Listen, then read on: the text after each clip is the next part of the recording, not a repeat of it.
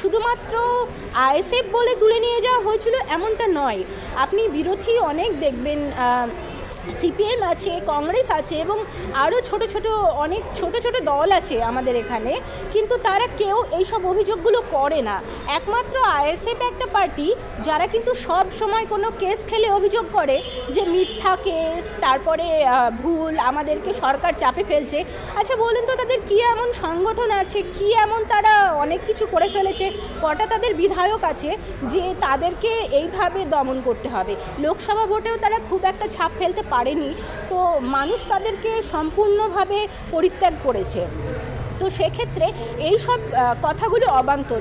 একটা মানুষ, তার বিরুদ্ধে হয়তো অন্যায় হয়েছে, সেটা আইন আছে, অবশ্যই সেটা নিয়ে ব্যবস্থা নেওয়া হবে।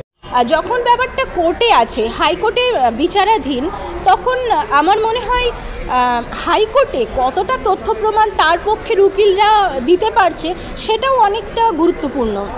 তো সেক্ষেত্রে কোর্ট আছে, বিচার ব্যবস্থা আছে, নিশ্চয় আবু সিদ্দিক একটা বিচার পাবে। না, যখনই এরকমই কিছু ঘটনা ঘটতো, যখন এই তৃণমূল বিরোধী দল ছিল তখন তাদের পাশে দাঁড়াতো। আজকে তারা শাসন ক্ষমতায় রয়েছে, তারা যখনই এরকম কোনো ঘটনা ঘটে কার্যত সেই অপরাধী পুলিশ প্রশাসনের পাশে দাঁড়িয়ে যায়। শেখ শাহজাহানের পাশে আমাদের রাজ্যের মুখ্যমন্ত্রী অভিষেক বন্দ্যোপাধ্যায় বলেছে কী করছে শেখ শাহজাহান। যদি এরকম ক্ষমতা বল মানুষ এই অপরাধীদের পাশে দাঁড়িয়ে যায়, তাহলে তো কোর্ট এবং প্রশাসনের পক্ষে তার বিরুদ্ধে রায় দেওয়া অনেক অসম্ভব হয়ে পড়ে। দেখুন, কে কার পাশে দাঁড়ালো সেইটা মনে হয় কোর্টের জন্য খুব ইম্পর্টেন্ট হয় না। হয়তো দেখা গেল কোনো কেসে কেউ পাশে দাঁড়ালো না, না বিরোধী পক্ষ না সরকার পক্ষ, কিন্তু তারপরেও কিন্তু সেইখানে সঠিক বিচার হয়। তো বিচার ব্যবস্থার কাছে, আইনের কাছে কে পাশে দাঁড়ালো কে পাশে দাঁড়ালো না সেটা খুব একটা গুরুত্বপূর্ণ নয়, বিচারের কাছে প্রমাণটাই গুরুত্বপূর্ণ হয়।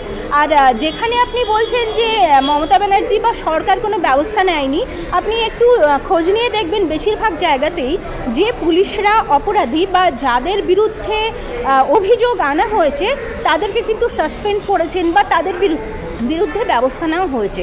তো সেক্ষেত্রে আমার মনে হয় সরকারকে এইভাবে সরাসরি দায়ী করাটা উচিত না।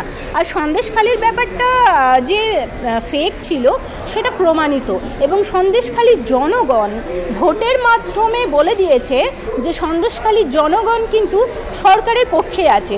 সন্দেশখালির জনগণ যদি এতটাই অত্যাচারিত হতো তাহলে কিন্তু তারা অবশ্যই সরকারকে সেখানে, সরকার পক্ষকে, রাজ্য সরকারকে সেখানে ভোট দিত না। দেখুন, ভোট নিয়ে এই ন্যায় অন্যায়ের বিচার করাটা আমার মনে হয় ঠিক নয়।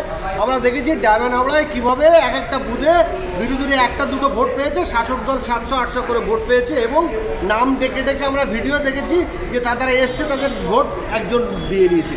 তো ভোটের সঙ্গে এই ন্যায় অন্যায়ের বিচার করাটা আমার মনে হয় যুক্তিসঙ্গত বলে আমি মনে করি। এমন যদি হয়ে থাকে ডায়মন্ড হারবারে বা অন্য কোথাও, তাহলে সেক্ষেত্রে বিরোধীরা চুপ কেন? বিরোধীরা তাহলে সেটা নিয়ে মামলা হয়েছে, তাহলে সেটা দেখবে আইন, সেটা নিশ্চয়ই কোনো না কোনো সুরাহা করবে, আবার সেখানে রি-ইলেকশন হবে এমন যদি হয় তাহলে। এবার বিজেপি সব সময় মানে মানুষের যে শিক্ষা, স্বাস্থ্য, মানুষের যে চাকরি, সেইগুলো নিয়ে বিজেপির কথা নেই। বিজেপি সবসময় সরকারকে দোষী করতে বা মানুষকে ভ্রান্ত করতেই আছেন। আপনি দেখুন কিভাবে তারা বাংলা ভাগ করার চেষ্টা করছে, এবং বাঙালি নিশ্চয় এগুলো মেনে নেবে না। আমাদের গতকাল আপনি দেখবেন মুর্শিদাবাদের শামশেরগঞ্জে কিভাবে নদী ভাঙনে প্রায় 20টা বাড়ি তলিয়ে গেছে। এইটা নিয়ে কিন্তু কেন্দ্র সরকার, বিজেপি, ইভেন বিরোধীদেরও এটা নিয়ে কিন্তু কোনো আন্দোলন নেই। তারা সব সময় খুব মানে মানুষের খুব চটকদার ব্যাপারটা নিয়ে তারা মানে বলে বা তারা সেটা নিয়ে আন্দোলন করে। আমার মনে হয় বাংলায় অনেক ব্যাপার আছে। নদিয়া, মুর্শিদাবাদ বা মালদা মুসলিম অধ্যুষিত যেগুলো এলাকা, মালদা মুর্শিদাবাদকে ইউনিয়ন টেরিটরি করার জন্য তারা বেশি ব্যস্ত, কিন্তু মালদা মুর্শিদাবাদের যে সমস্যা, নদী ভাঙনের সমস্যা, মানুষের কাজের সমস্যা, শিক্ষার সমস্যা, এত বড় মুর্শিদাবাদে আজ পর্যন্ত কংগ্রেস সরকার ছিল, তারা শিক্ষার জন্য মানুষের, বিশেষ করে মুসলিমদের কর্মসংস্থানের জন্য কোনো কাজ করেনি। তারপরে সিপিএম সরকার আসলো 34 বছর, তারাও কিন্তু মুর্শিদাবাদে এত জনসংখ্যা, সেখানে বিশ্ববিদ্যালয়েও তারা করেননি। তারা কিন্তু শিক্ষা থেকে, স্বাস্থ্য থেকে, ইভেন কাজ থেকে, সব কিছু থেকে মুসলিমদের পিছিয়ে রেখেছে। তাদের এবার 10 বছরে মমতা সরকার এসে বা টিএমসি সরকার এসে কিন্তু অনেক সুপার স্পেশালিটি হসপিটাল করেছে। আপনি মালদা মুর্শিদাবাদে গিয়ে স্বাস্থ্যের যে ব্যাপারটা 10 বছরে কতটা উন্নতি হয়েছে সেটা দেখলেই বুঝতে পারবেন। মানুষ আপনাদেরকে সেটা বলবে। রাস্তাঘাটের কত উন্নয়ন হয়েছে সেগুলো হয়েছে, প্লাস একটা ল্যাংড়া খোড়া সেটা হলেও মুর্শিদাবাদে একটা বিশ্ববিদ্যালয় পেয়েছে আপাতত, যেটা কিন্তু গত 34 বছরে বা তার আগে এই স্বাধীনতার এত বছর পরেও রীতিমতো বঞ্চিত করে রাখা হয়েছে। কিন্তু 8,000 স্কুল বন্ধ হয়েছে, এটা আপনি বলছেন 8,000 স্কুল বন্ধ হওয়ার পথে, বন্ধ কিছুটা হয়ে গেছে। দেখুন, শিক্ষা ব্যবস্থাটা শুধুমাত্র যে এই 10 বছরে শেষ হয়ে গেছে সেটা নয়।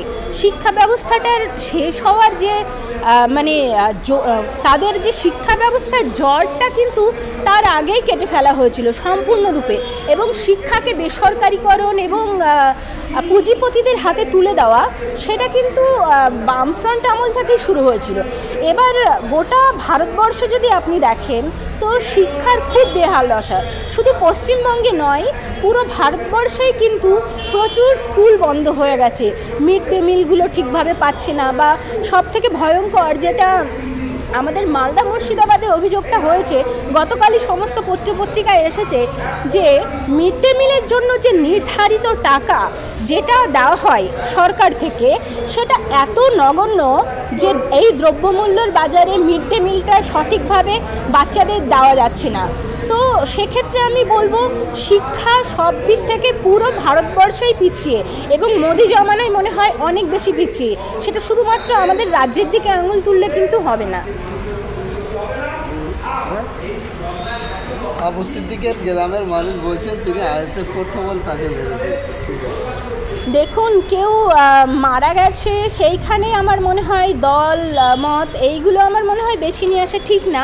তার বিরুদ্ধে একটা অভিযোগ ছিল, এবং আমি যতটা শুনেছি, আমি এটা দেখছিলাম যখন হাইকোর্টে শুনানি হচ্ছিল সেটা দেখছিলাম, তো সেইখানে কিন্তু আবু সিদ্দিকের ফ্যামিলি থেকেও অভিযোগ আছে, পুলিশের কাছে অভিযোগ আছে, যে কারণে তাকে তুলে নিয়ে যাওয়া হয়েছিল। অনুব্রত মণ্ডল দীর্ঘদিন ধরে চিরার জেলে ছিলেন, আজ একেবারে গরু পাচার মামলা থেকে তিনি জামিন পেলেন, কী বলবেন? এটা তো হওয়ারই ছিল। আমি এর আগে অনেকবার বলেছি যে উনাকে যে 2022 থেকে আটকে রাখা হয়েছে সেটা পুরোপুরি মিথ্যেভাবে আটকে রাখা হয়েছে। এটা একটা বিজেপির রাজনৈতিক ষড়যন্ত্র। আপনি দেখুন, বর্ডারটা কিন্তু সিভিক পুলিশ পাহারা দেয় না বা রাজ্য পুলিশ পাহারা দেয় না, সেখানে বর্ডার পাহারা দেওয়ার দায়িত্ব কিন্তু, সুরক্ষা বর্ডারকে দেওয়ার দায়িত্ব কেন্দ্র সরকারের, স্বরাষ্ট্র মন্ত্রকের। এবার তারা নিশ্চয়ই